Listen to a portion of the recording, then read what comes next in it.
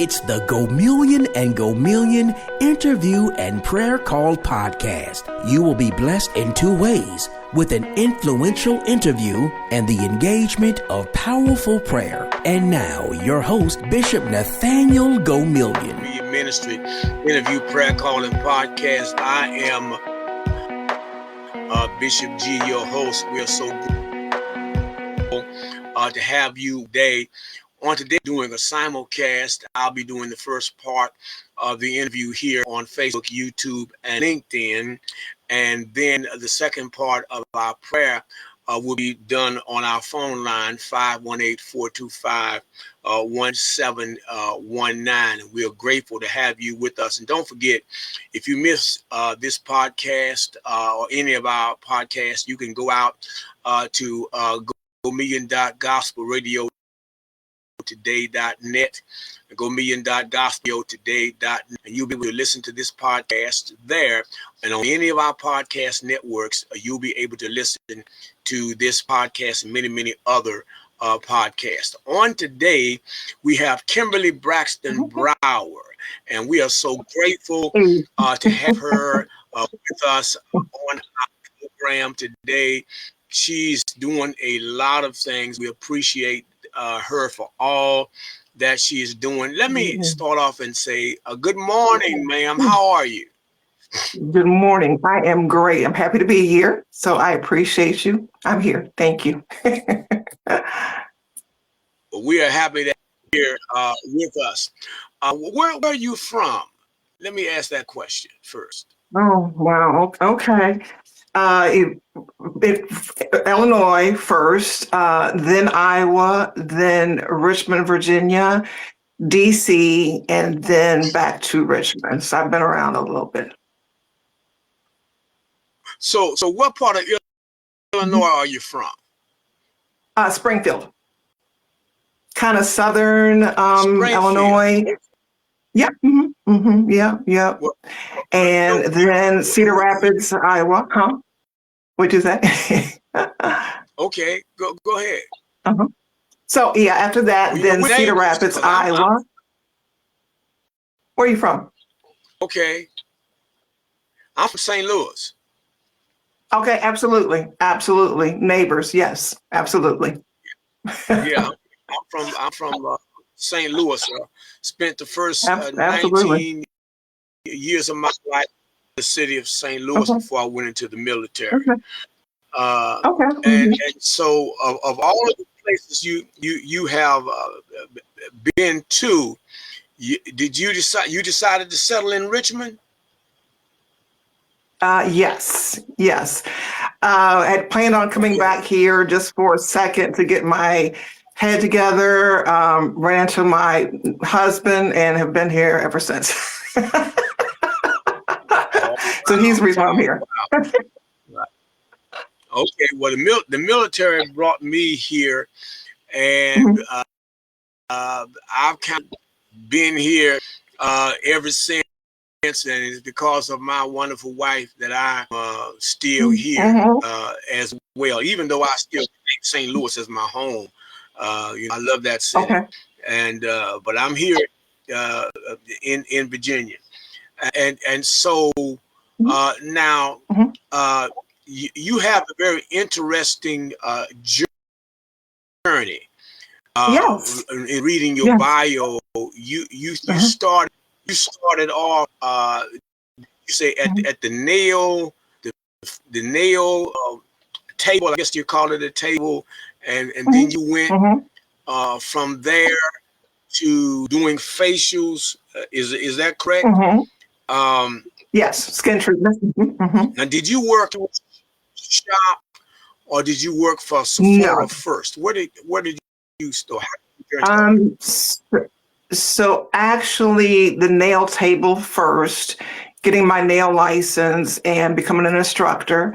I had a baby and I wanted to be home and had a flexible career. So I did that to be around my children. So I went to work for, I think it was J.C. Penney's, and they were like, man, you have great hands.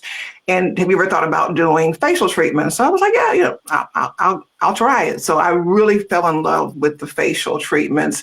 I was then, someone came in to get a treatment from me. She said, hey, I own a day spa and I would love to have you in my day spa. And that's when it really, really, really took off. This one was one of the first ones to have a full, true day spa in Richmond, meaning she did very heavy duty treatments for like acneic patients. So I learned a lot about treatments, ingredients, products, that sort of thing. And that's when I really, really fell in love with that. After that, I left there and worked for a dermatologist. That's where I met Elder Jenkins there. After that, then Sephora, when I ran the first Sephora in Richmond, Virginia. You were actually you ran the first Sephora there in Richmond, Virginia? Is that what you said? Yes. That's awesome. Now, I used to go into JC in Colonial Heights. They had a Sephora, and I used to buy my. Okay. And this is all I bought out of there. Shame on me. I bought my nail files there. What? Nail shame. There. Shame. They have great fragrances. Yeah. They have great grooming. Shame. See, I couldn't buy fragrances because my wife has allergies. That ended my love with cologne. So I do too. But so yeah, I'm sure they had great fragrances there. Yeah. Right. Let me say hello to Sister Stephanie Thornton, and God bless you. Good to have you with us here today. So you ran the first in Richmond, and how long did you stay there? 2 years. 2 years. I had small children, and when you work in retail, you miss a lot with your kids. I missed weekends and nights and holidays. I loved it, but I'm glad I missed my kids. So I left Sephora and then ran my own mobile business. So I did makeup for weddings, for special events, that sort of thing for a while, and then also worked for a dermatologist out of New York who had his own skincare line. So I would travel through Northern Virginia, Maryland, and Virginia to sell his products and educate the staff on his products. Okay. Now, were these black? Did you sell products for everybody? Products for everybody, but my emphasis was on black skin. What I found in the business products many times when you be Yeah. Absolutely, yes.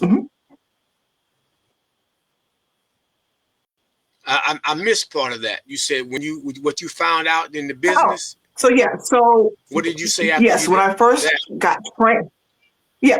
So when I was first trained, I found many brands would kind of talk globally that their skincare products are for everyone. But as a Black skincare specialist, I wanted to know, how do these products really work on Black skin? So my emphasis became really to focus on what's good and what's not good for Black skin, because there's differences. So that was my niche, to really teach Black women that there are major differences in skincare and how you treat that.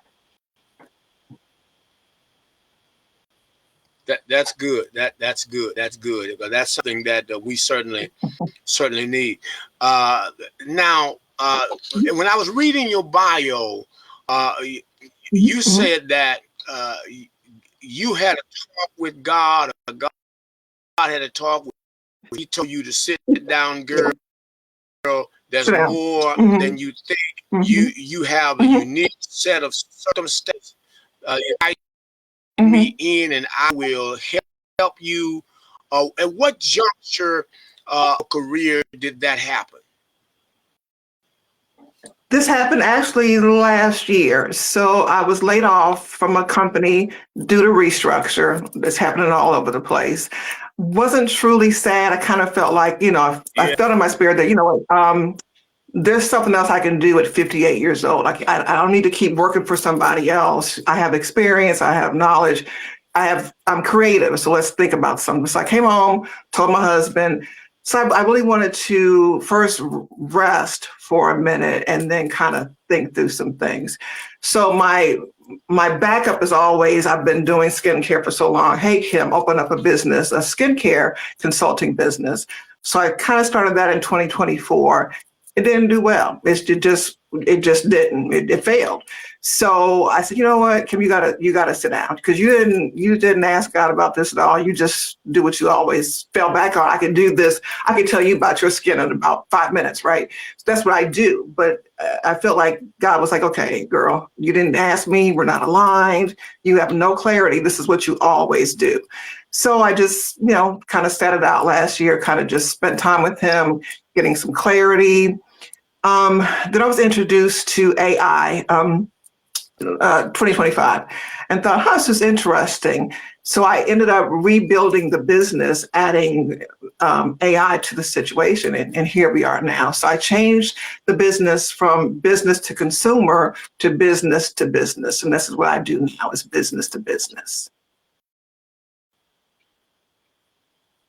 Okay, let me say hello. Elder Sandra Lyles Jenkins has joined us on Facebook. Good to have you with us, Elder. So you went from, if I got this right, from business to consumer to business to business. Yes. Say that what happened was you were introduced to AI, which of course all of us are being introduced to AI on all of our phones and all of our iPads and everywhere.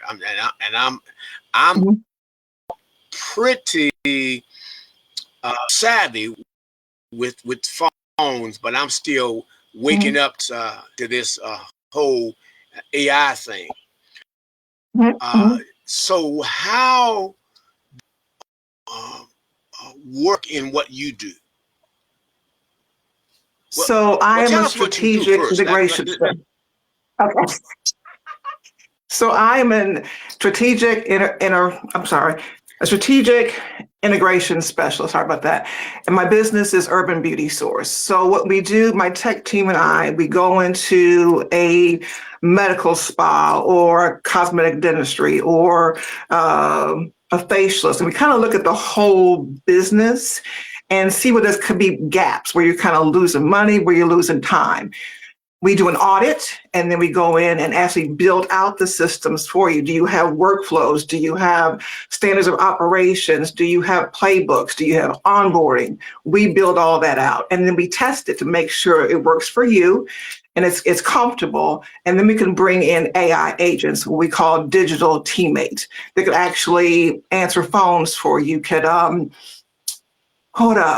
at your scheduling, make sure you have good reviews on your website, a host of things. And we actually customize that. So that's what we do. So for me, now the beauty is in the details. I want to see the details of your business because it affects everything. It affects the client that comes in and says, maybe I had an appointment and you don't have the appointment because no one answered the phone or wrote it down.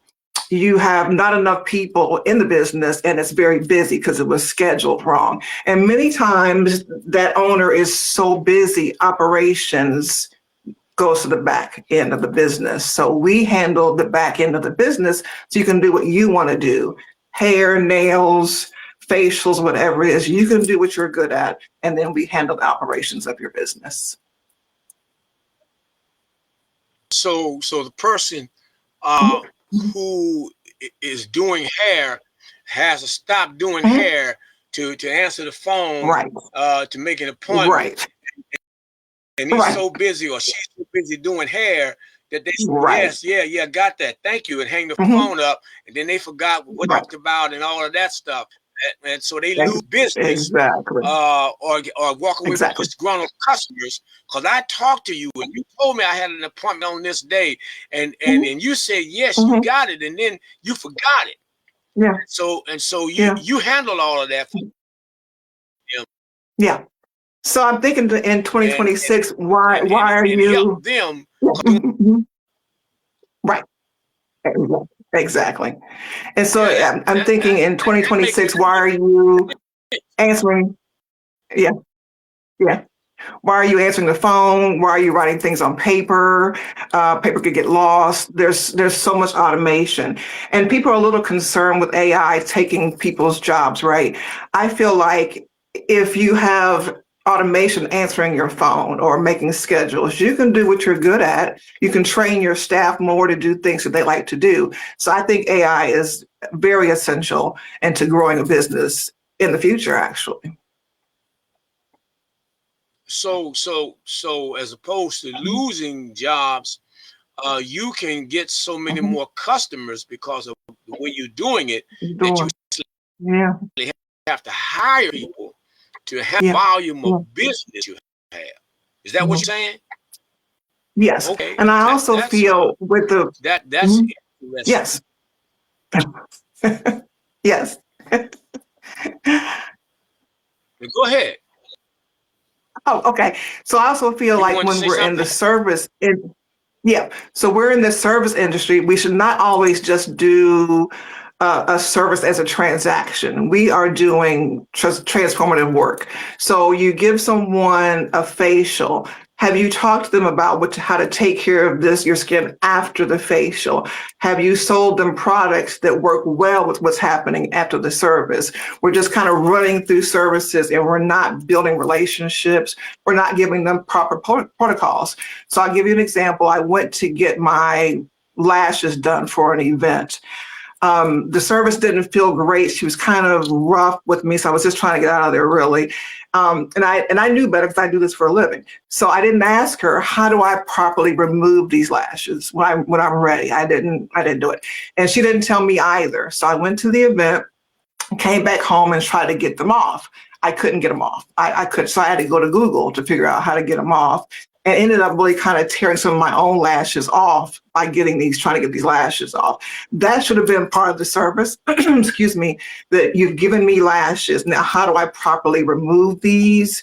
How do I care for these? None of that was discussed because you're moving so fast to that next customer. So if you have AI handling the back end of that work, you could really spend time building that relationship with that client. Because I'll never go back to that place because I lost eyelashes. So that was part of my fault for not asking. But as a provider, she should have told me, hey, can you use an oil of some kind to get them off? She should have told me all that. Or maybe had a set of something so I can get these lashes off properly and be healthy as well. Well, you talked earlier about standard operating procedures, and that should have been built into the Yes. standard operating procedures. This is what you do prior to Absolutely. working on the customer. This is what you do while you're working on the customer. Absolutely. This is what you do after you finish working on the customer. So that Mhm. all of these are done, and then Mhm. don't forget all to try to introduce her to these products that we have over here for Mhm. her with her getting her eyelashes off. All of that should be Mhm. built into the standard operating procedures so that you leave Absolutely. with the complete experience feeling good about the Yes. experience that you have, meaning that you are Mhm. more likely to tell somebody else you need to go and try this shop and you need to ask for Mhm. and so because Mhm. they did such a fantastic job on me. This is what we're talking. Am I right or wrong? Absolutely. Yes, the client experience is really what's happening. That's what it should be. That Yeah. you have enough time built in where you can kind of really spend time with that customer and build relationships. So that's what we do. Okay. Okay. Elder Sandra asked a question: is receptive Yes. to your services? Yes. Because they're losing money. When I say you're probably losing money, there's some bottlenecks you're not paying attention to. Sometimes it is a financial thing because it's. I'm going to be honest, it ain't cheap because it takes a lot of work to first go in and do a really thorough audit, then go out and I actually with AI build out all of your systems and then to test them, and then my tech people will build out your AI agents. it's expensive. So a lot of times it's the expense of it, but they love to hear what I have to say. And what happens in the audit is I'm talking to the owner, and I have my tech specialist kind of taking notes, doing the audit, right? So by the time we finish the audit, I could tell you the health of your operations. And most of the time, the health of operations is not good. It is not good because you're busy. You're making money. You don't have time to build out SOPs or playbooks, or what's the workflow for your front desk? What's the workflow for somebody who's doing hair? What's the workflow for facial treatments? They're not there. And then also when you're hiring somebody, training is drives me crazy. When you bring in somebody new, how are you training that person? Because I feel like if you're not training, you are setting that person up for failure. And that just is a thing for me. You're setting them up for failure. So how are you training and onboarding? And is it even across the board? Because you don't have any workflows.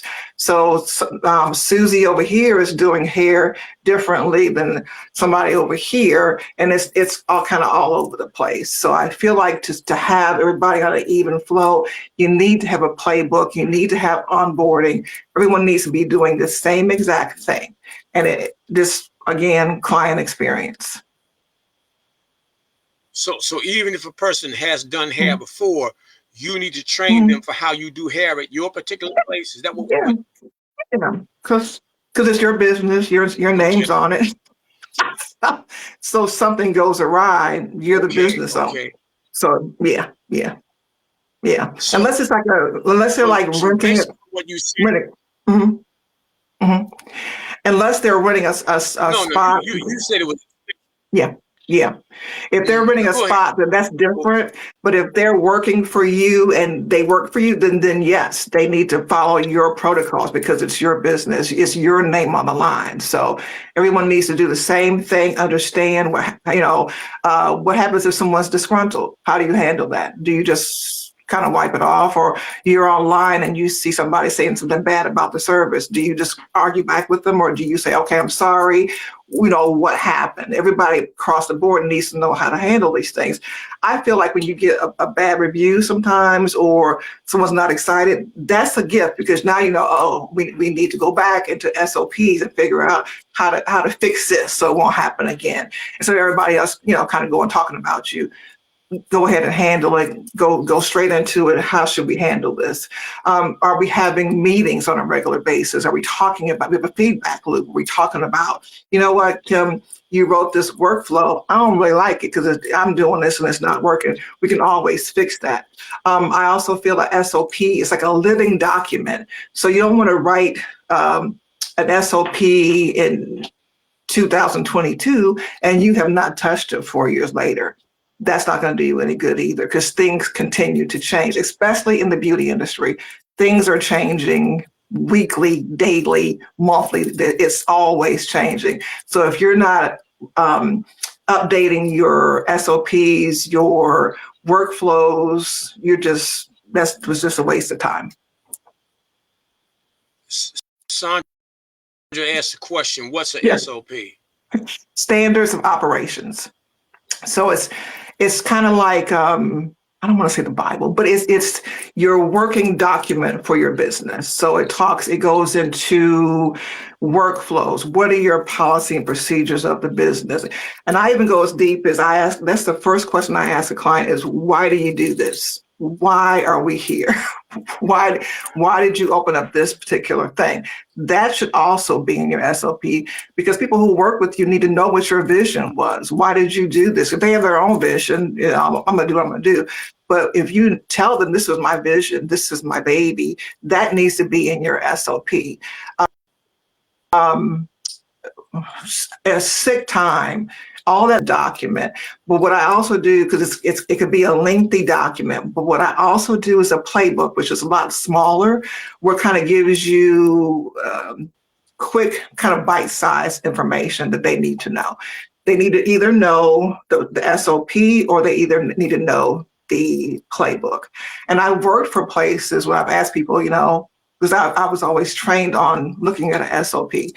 So I work places to say, hey, do you have an SOP? Do you have policy procedures? I kind of want to make sure I'm doing the right thing. And no one knows we had those. They don't know where they are, where they've been updated, all that kind of stuff. Total waste of time if you don't keep that updated. Well, that's what when I was in the work of the Department of the Army, that's what the Army operates off of, SOPs. That's what they operate off of. A business should have you one. can walk in any and you're gonna have one. And so I get it. Yes. I get it. So you said something about expensive. And so what size shops then are you working with, or what size are you working with? Would that So be what you do be for a small shop?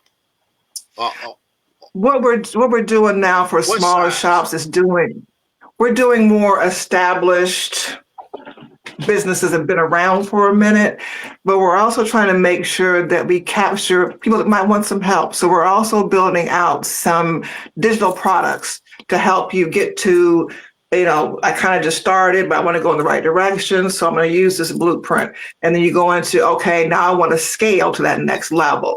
But what kind of started me thinking about this is that I have talked to some people like, I can't afford it, but I don't have anything in place either. I don't want to just leave them sitting there and like they don't know to scale. I need to have this in place. I need to do this. And I can get to the part where Kim can come in and do a thorough audit and then make sure I'm optimizing their operations. And then we can also build out the teammates.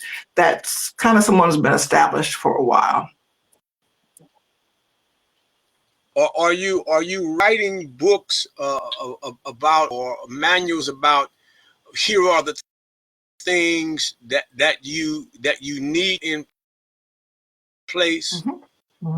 Yes. Even if for someone who can't afford you, things that you need to have in place, or is there a stepping thing? Well, step 1, step 2, step 3, and we can come in and do step 1 for you, and as you can afford pay as you go, we'll come back and do step 2, and et cetera, et cetera. Yes. We'll be releasing those in. Yes. So I was telling you about the digital products. So we'll have those released by June 1st. And they're a step by step. You kind of just open, but do you have your business banking, LLC? Do you have all these things in place? And so we kind of help you from a checklist to more of a blueprint, and then being able to, work with us in the future. So yeah, we're working on all that to make sure we capture everybody. Well, that's good. That's good. Let me see. We only have about 2 more minutes. 2 minutes. So 2 minutes left in this man. We got to come back, aren't we? Yeah. Because we only got 2 minutes left in this this segment. So, are you training persons to do what you do? Not yet, but it's a thought. It's a thought, yes, because it's a process. So right now I have a tech team who's been doing this for a while, been doing data analytics, that kind of thing for a while. What I do, it's just I've been doing this for over 30 years. So it's not just I'm coming in, just looking at your business and just making up something. I've been doing this for 30 years. 30 years plus in the beauty business, and then about 12 years in financial services where I did operations. So I'm kind of marrying the two together. So I'm kind of a little bit different. Yeah. So I've been doing this for a long time. Long time. It just sounds like to me that this is something that's franchisable. Well, thank you. Thank you. That this is something that's franchisable, because if it works here, it'll work everywhere. It's just a matter of people knowing what you do and being able to say, "Hey, I want to do that too," and then you franchise. But I mean, that's just a thought. You don't have to pay me for that thought, but I like it. I think one major thing I think people need to. It was his idea. I think one free thing I can give people is my tagline is the beauty is in the details. You don't want to gloss over your business. You want to look at every detail. Sephora taught me a lot about details as far as putting displays together, as far as training. I mean, it was detailed. I didn't like it at the time because it was so detailed, but now I have an eye for details. I can look at it and say, that's not quite right. So people need to stop kind of glossing over things and really dig into your business. And it might not be great. It might not be, I told you my first iteration failed, but I kind of like had to sit back with God and say, what did I miss with this first one? Kim, you're always gonna fall back on beauty consultations. You've been doing that for 30 years, but there's more there. There's people that need help that you need to do more. So I had to kind of sit down for a minute and get clarity first on the business. So I'm learning to alignment is everything. I was not aligned. I was just doing what was comfortable to me and not taking the time to say, okay, Lord, what is I'm supposed to be doing? What am I doing? And this feels good. It is. Yes. Well, we're going to have to cut it off now. I'm so sorry. Our time. No, you're fine. You're fine. And reschedule so that we can go into a part 2 of this interview, because I believe that there's more that people need to know about which. Thank you so much. This is Miss Kimberly Braxton-Brower, and she is let me say what I wrote down, a beauty automation strategist. That's good too. And she can help you with your business. So we're going to have to wrap this. Absolutely. Much for being. Thank you. Thank you. Blessed day, blessed week, bless your business is just absolutely. Thank you. That it just blows up. All right. Take care now. Thank you. I appreciate that. Bye. Hey, this is Bishop Gomillion, and I want to thank you for listening to Gomillion and Gomillion. Look, I'm inviting you to connect with me beyond your hearing me weekly. I have resources for your reading pleasure. Here's what I want you to do. Visit my website, gomillionandgomillion.com, and check out our various resources. Let me spell that. That's GOMILLION and GOMILLION.com. Check it out, won't you? God bless you. You've been engaged with Gomillion and Gomillion Interview and Prayer Call. Bishop Nathaniel and Elder Francine Gomillion serve at Tabernacle of Praise, 5283 Windsor Boulevard in Zuni, Virginia. You can contact them by mailing to P.O. Box 161, Zuni, Virginia 23898. Sunday morning service time is at 10:45 a.m. and virtual Bible study is on Wednesday at 7 p.m. and the number to get in is 518-425-1719. Bishop and Elder are the founders of Gomillion and Gomillion Ministries, covering ministries and pastors, and can be contacted via phone 804-943-8364. Bishop and Elder Gomillion want to thank you for listening to Gomillion and Gomillion Interview and Prayer Call Podcast.